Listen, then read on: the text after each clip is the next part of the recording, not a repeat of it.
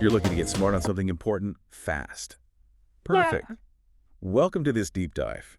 Today we're exploring the Blancpain 50 Fathoms dive watch. Ah, a classic. Exactly, from its groundbreaking origins right up to the brand new version. Okay. Our goal here is to really understand why this watch has been and still is such a significant piece. And it's got quite the story. I mean, think about the mid-1950s. Skin diving was just starting to become, well, a thing. Right. And the 50 Fathoms wasn't just adapted, it was purpose-built, designed for going underwater. So built from the ground up for divers. Absolutely. And it gained credibility fast. Elite diving units actually selected it. That says a lot about its early functionality. Definitely. Things changed in the 80s. It kind of vanished. It did, yeah. It went on hiatus, Wow. but then Mark A. Hayek brought it back in 2003. And that led to the 2007 relaunch, the big 45mm Automatique. That's the one. A really bold statement piece back then. The taste change, right? People started wanting smaller watches again. Exactly. So last year, we saw those 42mm versions. Titanium, red gold. Very nice. Which brings us neatly to today's focus. The newest 42mm 50 Fathoms. But this time, it's in polished stainless steel. Mm-hmm. And what's interesting, as you said, is how that steel kind of nods back to the character of the originals. Okay, so let's really dive into that original design then. What made it so revolutionary for those first divers? Well, it had several really clever features for the time. Take the rotating bezel. Yeah? You actually had to push down on it to turn it. It locked. Ah, so you couldn't knock it accidentally. Precisely. Imagine being underwater. A simple knot could throw off your timing. Potentially dangerous. This was a direct fix. Smart. What else? Then there was the crown. It had a double O-ring gasket system. Think of them like extra tight seals. For water resistance? Exactly. Crucial under pressure. Plus, and this was clever, it used an automatic movement. Self-winding. Yep. It wound itself with your movement, so divers didn't have to unscrew the crown to wind it often, reducing the risk of water getting in. That just makes so much sense for a serious dual watch. What about actually seeing the time in the dark? Oh, paramount. It had a black dial, very high contrast, with luminescent radium-based markers and hands. You needed to see it in murky water. Radium, huh? They didn't know back then. Well, no. But it worked. They even put an inner iron case around the movement to shield it from magnetic fields. Magnetism can really mess with a watch's accuracy, so pretty forward thinking. And the name? 50 Fathoms. Ah, yes.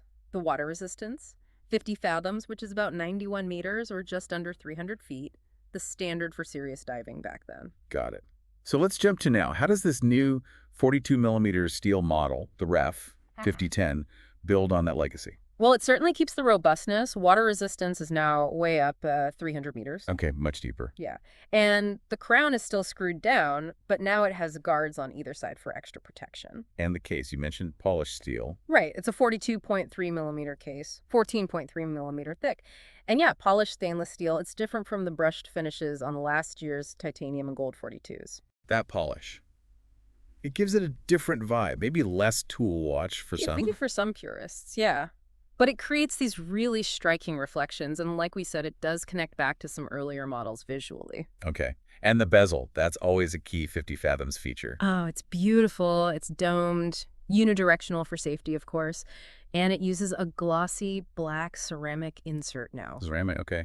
Durable. Very. And the markers are liquid metal. It really captures that vintage bakelite look, but with modern materials. And it has that luminous pip, the lozenge shape, at 12. Nice nod to the original. What about the dial itself?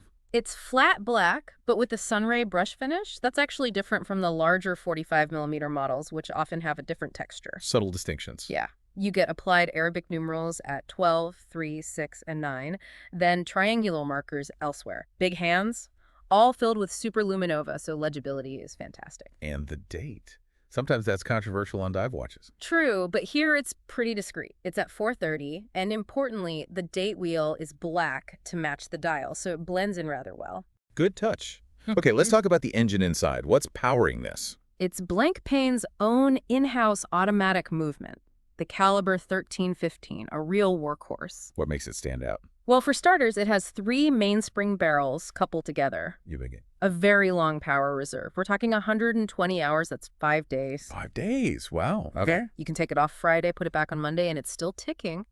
It's got a solid gold rotor, too, with some nice finishing. Beats at 4 hertz for accuracy. And modern materials. Oh, yes.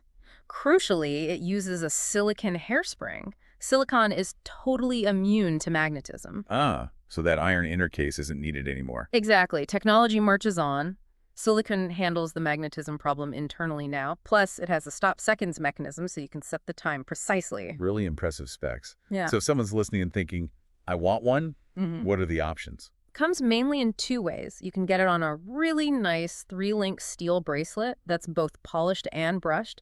That one is EUR 19,550. Or you can go for a more classic dive look with a black tropic style textured rubber strap that's a bit less at EUR 18,250. Right. So wrapping this up, this new 42 millimeter 50 fathoms in steel, it feels like a really balanced evolution. I'd agree. It clearly respects its huge history, keeps those key innovative ideas alive. Like the bezel concept, the focus on legibility, the robust movement. Right. But it presents it all in a size that works better for many people today. And those design choices, the polished case, the ceramic bezel, they mix that heritage with very modern watchmaking standards. The movement inside is proof of that too. It really is a great example of how a design born purely out of need for professional divers can adapt over decades and still feel relevant and, well, desirable while staying true to itself. It really makes you think, doesn't it, how the evolution of something like the dive watch from just pure function, basic necessity almost, this level of refined craft, mirrors how our relationship with exploration and maybe technology itself has changed. That's a good point. From tool to luxury object, but still retaining that tool DNA. Yeah. And what does the fact that we're still so fascinated by these historical designs, what does that tell us about what we value? Maybe something about enduring quality, real innovation, things that last. Definitely something to ponder. That link between past needs and present desires.